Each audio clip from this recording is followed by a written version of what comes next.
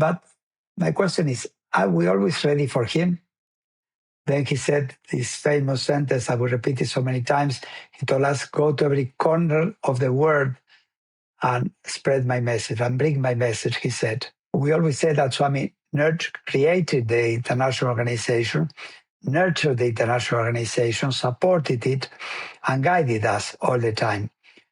He did that till his last breath. And when he came out from his room, from the veranda, he looked straight to me. He didn't look for me. He just looked straight to me. And from there, he shouted, "You." And I stood up and ran to the veranda and said, "Yes, yes." And he said the most wonderful word.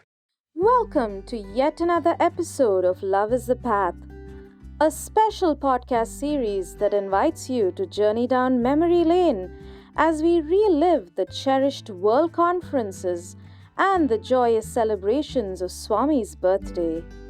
Together, we'll revisit these sacred moments, reflect on their timeless messages, and draw inspiration to walk the path of love that Swami has shown us.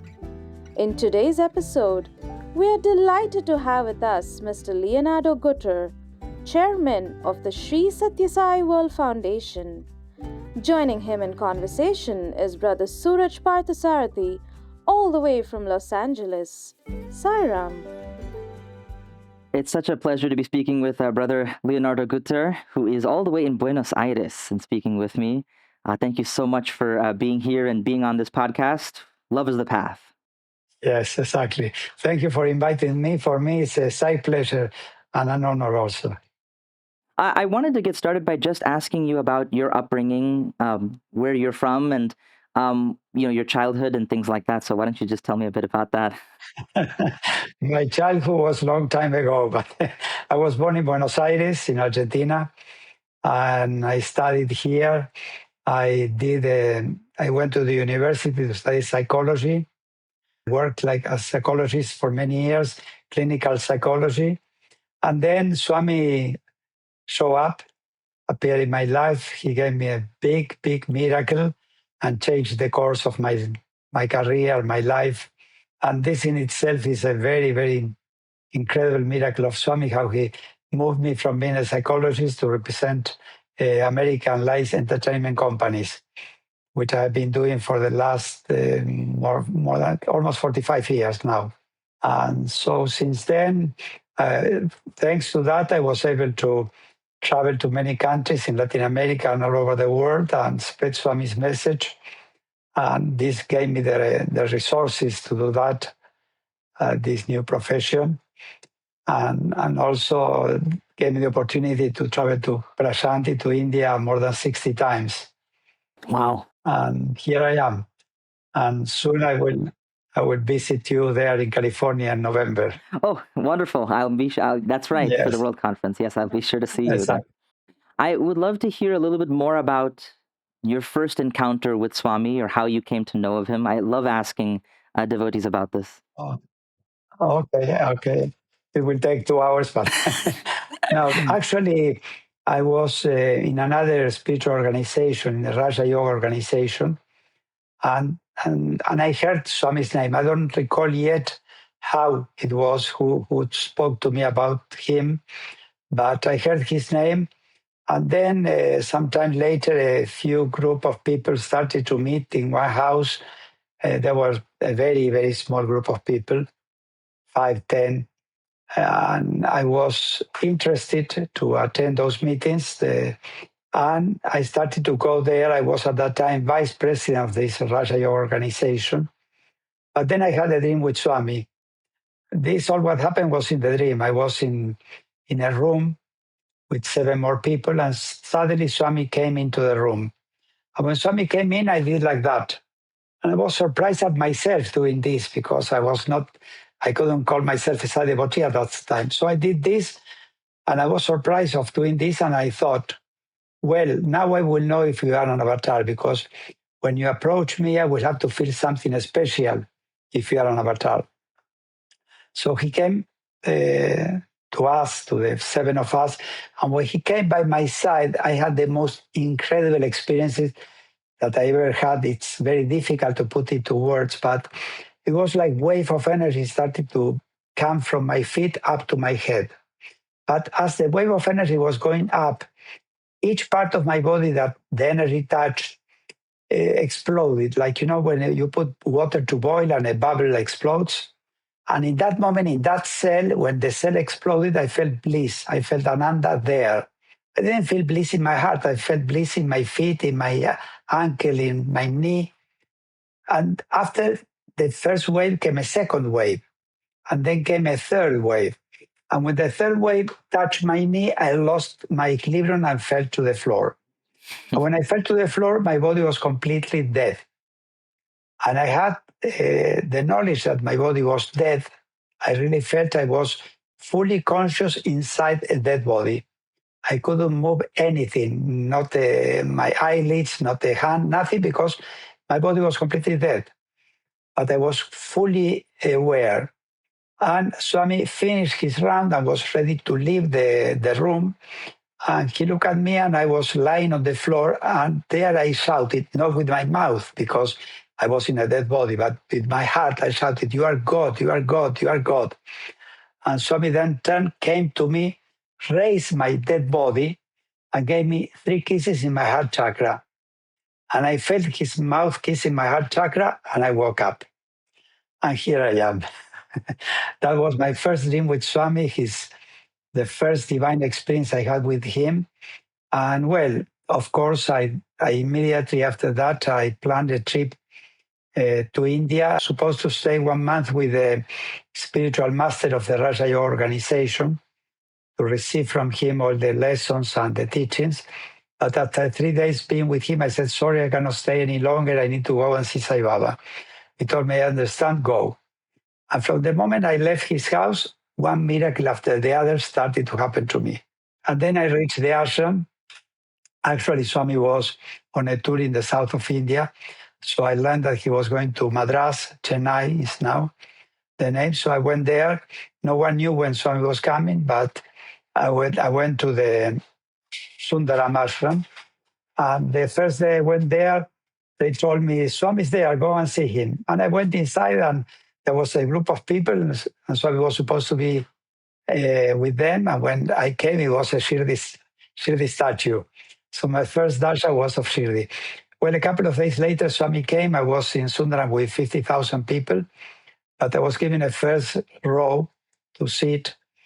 And when Swami came by my side, I asked him, the first thing I said to him, "Swami, I wanted to ask him for an interview." But instead of asking for an interview, I said, "Swami, I want to see you."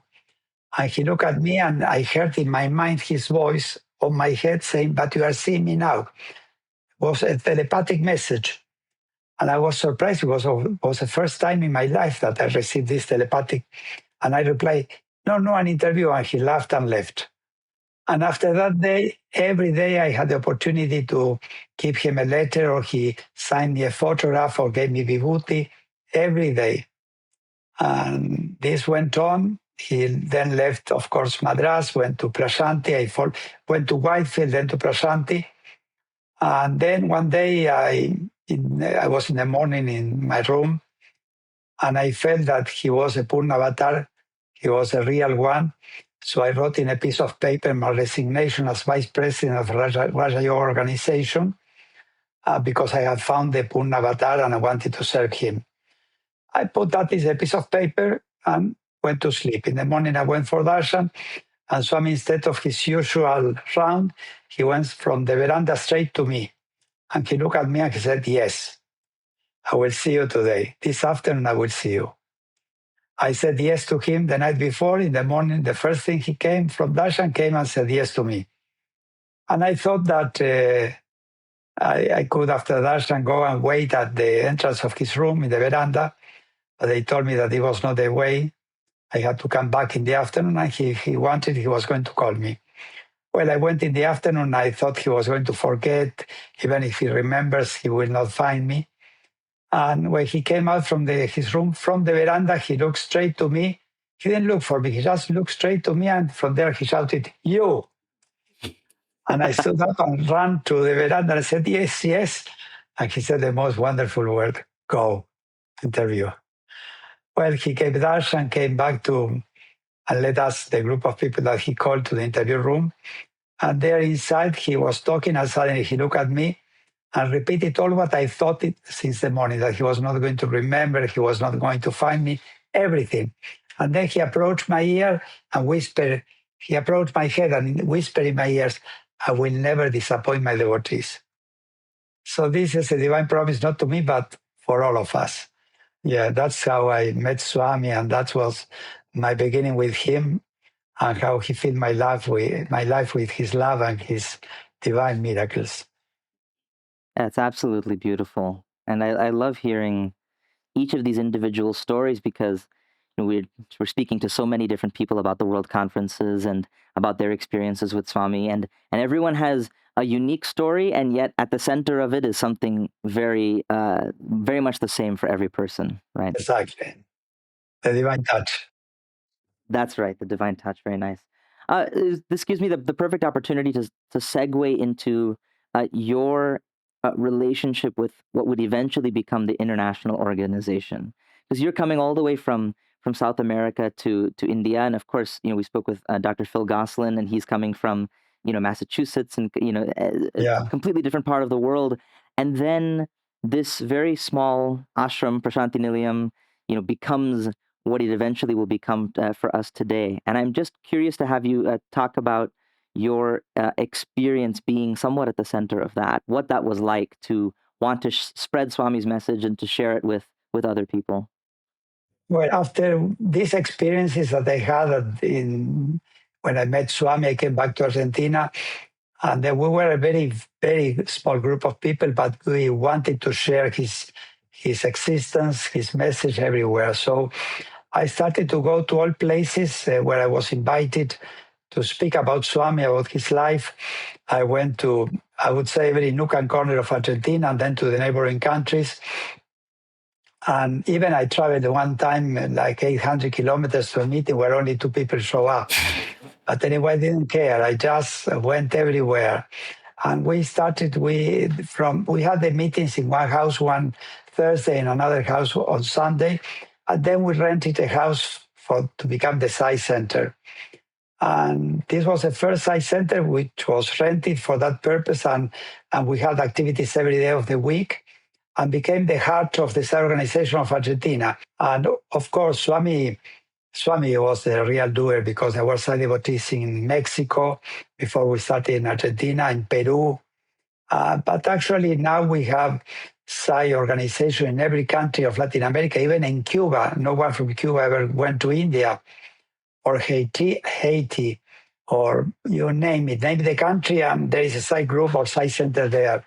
So we started to meet and to spread his message. Swami made himself known in every place, not only in Argentina, but in Latin America.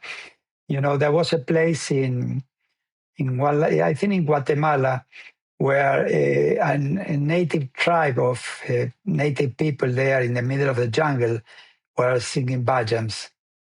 There were like a tribe of 300 people and things like that. Or well, he made so many things that, the center of everything is Swami. It's not a place, it's not Buenos Aires or Prasanthi Nilayam. What we need to understand is that Swami is the divine incarnation. God is omnipresent, eternal. And he has all the powers that you can imagine to uh, touch the hearts of so many millions of people all over the world and bring them to him. Because of, for sure, the merits of many, many lives. Actually, he told once to the former vice chancellor of one of the vice chancellors of the university there in Prasanthi, he has said, what I have done to deserve the merit of being here at your divine feet. And he said, not only you, all your ancestors, all the merits of your ancestors help you to be here today. So we need to be aware that we have an incredible opportunity in this life. Yes, absolutely. Well, that brings us to the World Conferences. I would love for you to tell me about experiences you've had at the various World Conferences, and and what these particular experiences have meant to you in your development spiritually, but also those of other devotees. Well, actually, for me, the World Conference itself were very special because the first one I attended was in 1985, the 60th birthday. I don't know, I was just working in the Sai Center in Argentina, spreading his message in Latin America, but I don't recall having any official position at that time. Anyway, one of the activities was one day there were 60 people selected to give to Swami one petal of a flower, one golden petal. With each golden petal, they were going to make a gold flower for him. And I don't know why, I don't know how I was selected as one of these 60 people. And I was able to go to him and give him that petal. And, that moment I remember always very intensely how I offered it to him, how he received it. And, I feel that it was a way of offering my heart to him. Another special thing about the World Conference, there are two dimensions of the World Conference. One is that, as I said, they were always celebrated during the birthday. And, during the birthday, the amount of people that went to Prasanthi, you cannot imagine. I had a room in Prasanthi where in the veranda of the room, I couldn't open the door because so many people were sleeping outside that to open the door was, and to get out of the room was very difficult. And just, for example, to go to Darshan or to go to the Hillview Stadium, it will take an eternity because there was a mass of human beings walking. So you were walking like in slow motion, so many people. And I also remember in those occasions that Swami arranged everything so perfectly. You cannot imagine, especially at the beginning when Prasanthi didn't have the facilities that it has now, how so many people could really live, go to darshan and participate in the activities. It was part of, you feel like an ocean of human beings being there just to offer their love to Swami. Regarding the organization, each conference was an opportunity for us to see how we were working. We used those conferences to share information about what we're doing in Argentina, what they are doing in Mexico or in Germany or in France or in the United States. And we shared the information and we thought together what we needed to do better, how we could improve, what ideas came through workshops, through general meetings. We had speakers, but also they were very well organized with a set of people transcribing all what happened. At the same time, there were these online, this actual translation. At the same time, when they were speaking, you had a headphone and you listen. Oh yeah, simultaneous translation, simultaneously. Yeah, like the United Nations or something like that. Wow. Exactly. So, notes were taken. So at the end, they read all the summary of the decisions taken. And from that, we did an update of the guidelines because the guidelines, we had an original guideline given by Swami, but then as the organization grew, we had to adapt them. For example, when the guidelines started, we didn't have any Sathya Sai schools. We didn't have the institutes.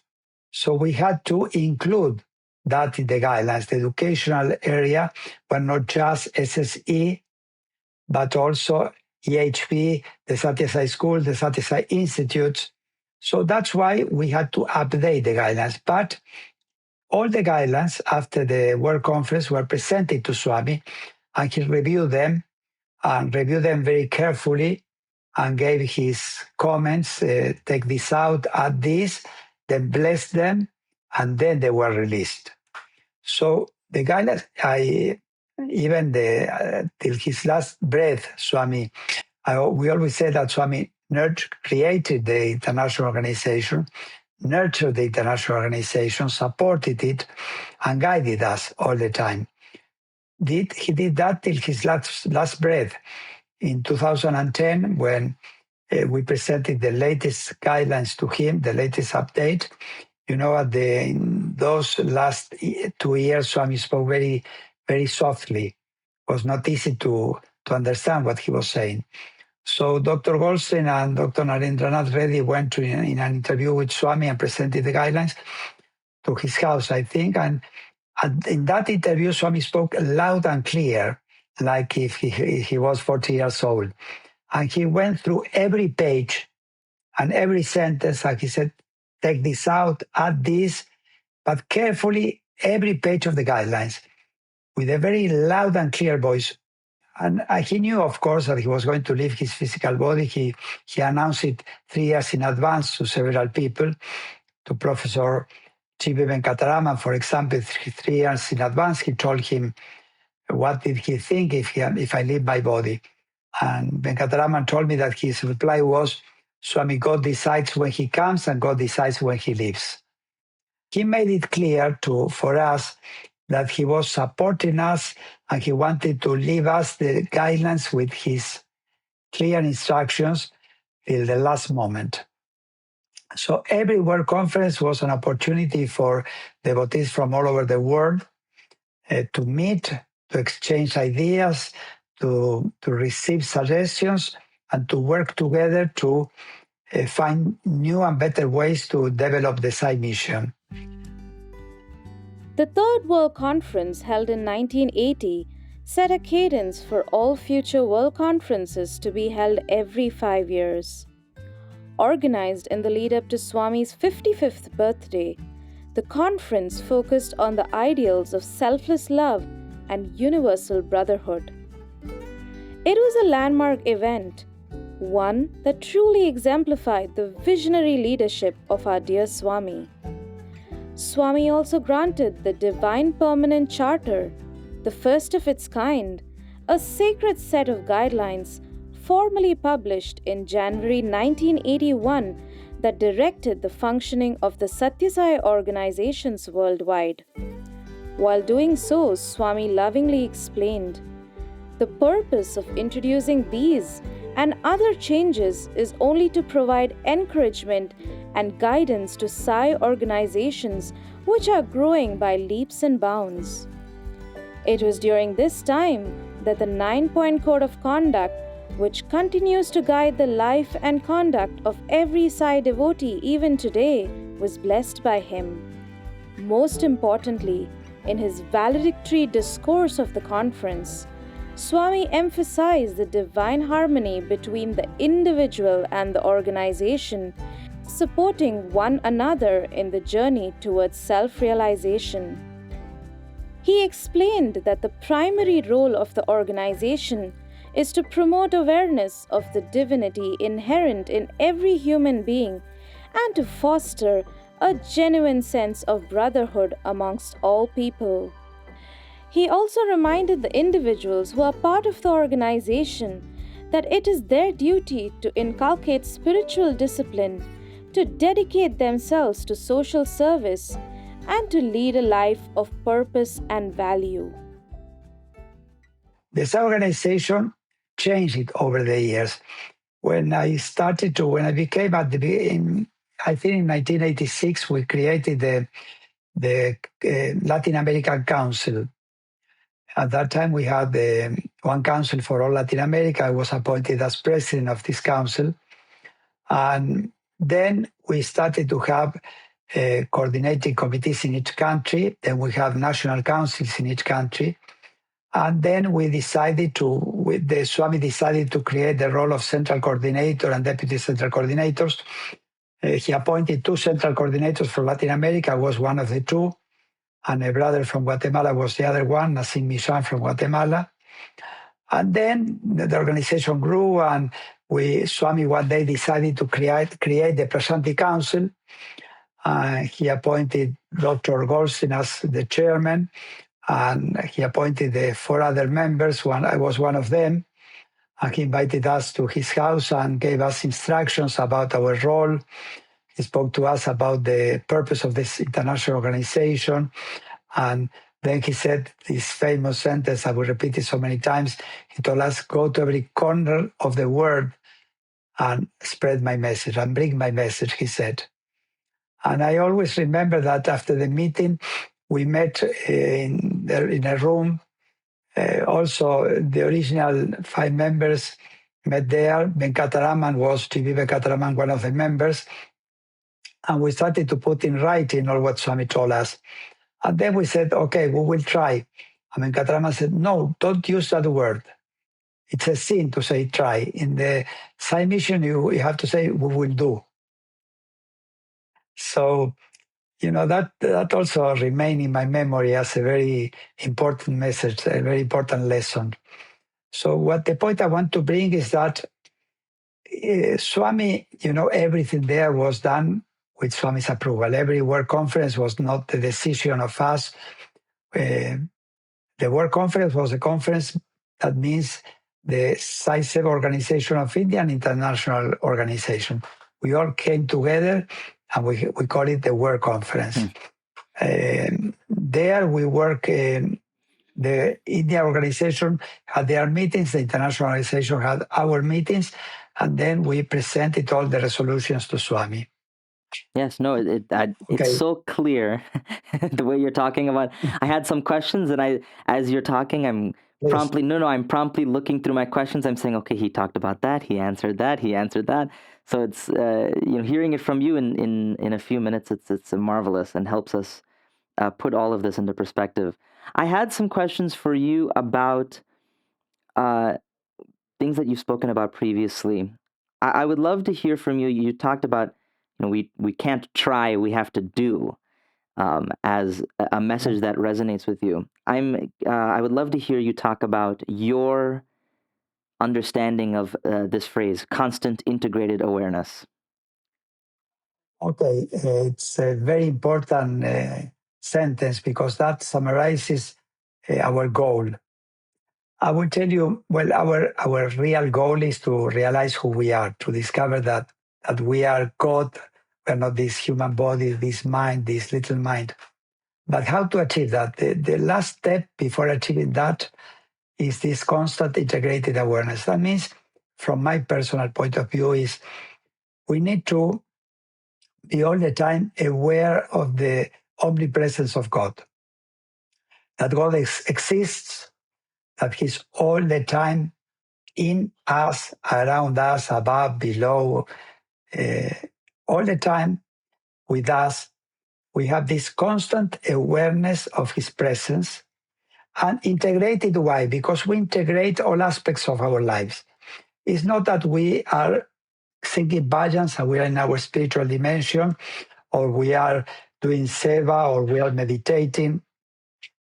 These are just some parts of our lives. We are not meditating 24 hours of our life, of our day. But we need to keep the remembrance, the awareness of God's presence all day, 24 hours. That means that whatever you do thinking, He is here in front of me. I will speak the perfect words. I will speak the truth. I will speak lovingly. I will not say anything that will harm another person. I will not say any wrong words because He's not only in front of me, He's listening. He's now with me. So if you keep this idea in your mind, this awareness of His constant presence, you start to integrate your life. You are not anymore separated into a mundane life and a spiritual life.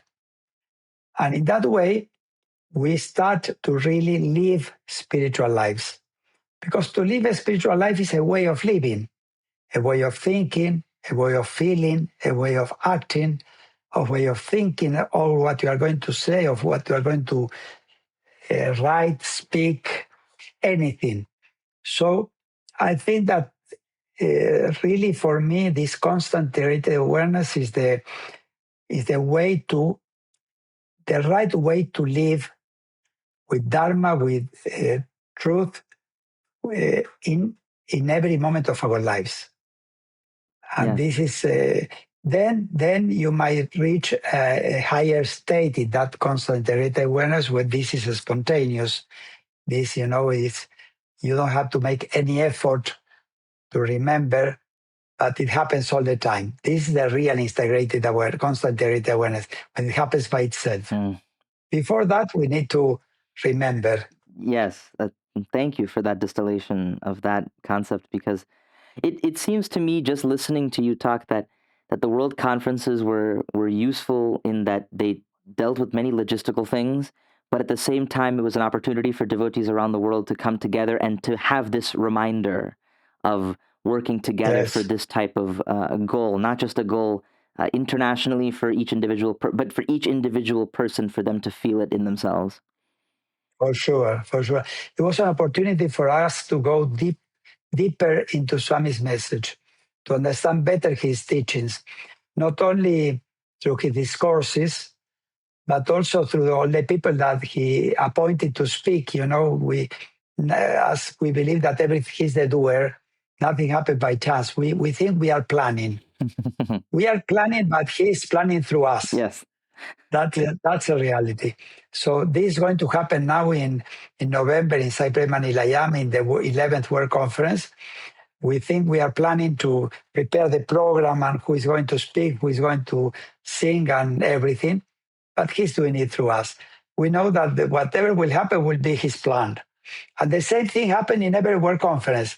Everything went perfect because imagine, at that time with hundreds of thousands or hundreds of thousands of people there to coordinate, to arrange every detail from the logistic point of accommodation, food, to drink, to then to meet where we're going to meet. All that was so incredible. For someone my age and in my generation, without the internet, without all these things, I don't know how you all did it. I just chalk it up to divine miracle. That's the only way it's possible. I don't understand how. I will tell you, when I started this organization, I think I started before the fax, before the fax appeared, but then the fax came. And remember, I had piles and piles of fax pages. I sent them to Dr. Goldstein or to Narendra. We exchanged these faxes, and this was a way of communication. Amazing. There was no WhatsApp. There was no cellular phone. You have to dial, So, but with that lack of technology that we have now, we were communicated all the time. We were able to know what was happening in any country of the world. It only took more time. We did things more slowly than we can do now. Yes. I have a note here about the flag parade and your experience doing that. Could you tell me more about that? I'd love to hear. Of course. Well, actually, during this World Conference, many things started. For example, in one World Conference, Swami decided to create the brass band. And this started in one World Conference. In another World Conference was the idea of doing a flag parade. And I was appointed to be the coordinator of that flag parade. How we were able to get the flags in Prasanthi of all the countries. And then we had representatives of each country. Some countries were not present, so another person was carrying the flag of the country that was not present at that moment. Very few were not present. But how everything was organized to leave the ashram, to go to the Hillview Stadium where this first flag parade happened. And every detail, how we're going to walk, the speed of our walk, how we're going to present to Swami the flag, how we're bent and offer the flag to him, where to go after the flag parade. I remember very well all details. We had a couple of days of rehearsals before that. And since that World Conference, from that then on, always we had a flag parade. It's nice. It's, I think, more than ever important for us to remember that Sai and the message transcends even these boundaries, right? The symbolism was that the person carrying the flag was representing the country, and the representation was that the whole country was offering themselves to Swami. Here is Argentina. Argentina is at your lotus feet. Uruguay, and then country by country surrendering to Swami. That was the the purpose of the flag I parade, see. the meaning of behind it. You had a very interesting comment that you made in one of the international conferences. Uh, you talked about this idea that so much of our spiritual practice has to begin with this concept of "I'm going to die soon," right? Oh, But not yes, yet. Which I love that not yet. that little Exactly. extra phrase there. I'd love for you to talk more about that. Well, Swami is part of Swami's teaching. He says that the most important thing for every spiritual aspirant are two things: God and death. He said that we need to remember these two things to live properly. If we don't think about death, that this life is transitory, we will not live properly because we think that we are immortal with this physical body and we leave everything for tomorrow. And procrastination is a sin. Whenever you know, and I will tell you my personal way of living, whenever I read something from Swami and I said, yes, this is right. Of course, everything what he writes or says is absolutely right. But something that touches you personally, like you said, okay, this I have to implement it. The moment you realize that this message is important for you, you need to decide to make that change from then onwards forever. So we cannot procrastinate. I said, for example, I will stop, I don't know, eating 5 times a day tomorrow. No, do it today. This is an example. One day I was in the veranda and Swami came to another person and he said, don't drink any more coffee or tea. And the person said, from this moment onwards, I will never drink any more tea or coffee. This was for that person, not for all of Yes, you and I the was people going to that are say. I said I have a watching. But cup right here. yeah, no, Swami offered us in his house Okay. coffee or tea with cookies. But anyway, this was for him. But the important thing was his reaction. He didn't say, I will try. He said, from this moment onwards, that's it. So, what I mean is that we need to have this kind of attitude. And remembering that we're going to die is to really helps us to really live more consciously and appreciate the time much more. Don't waste time. Many usually the people spend too much time watching Netflix movies and what you are investing is precious moments of your life. I'm not telling you that you cannot watch a movie, but put a limit. Don't watch 10 episodes in one day. Just, I put for myself, for example, I watch only one episode per week. That's my allowance, or one movie per week. That means that I don't restrain myself. I like movies very much, but I put a limit.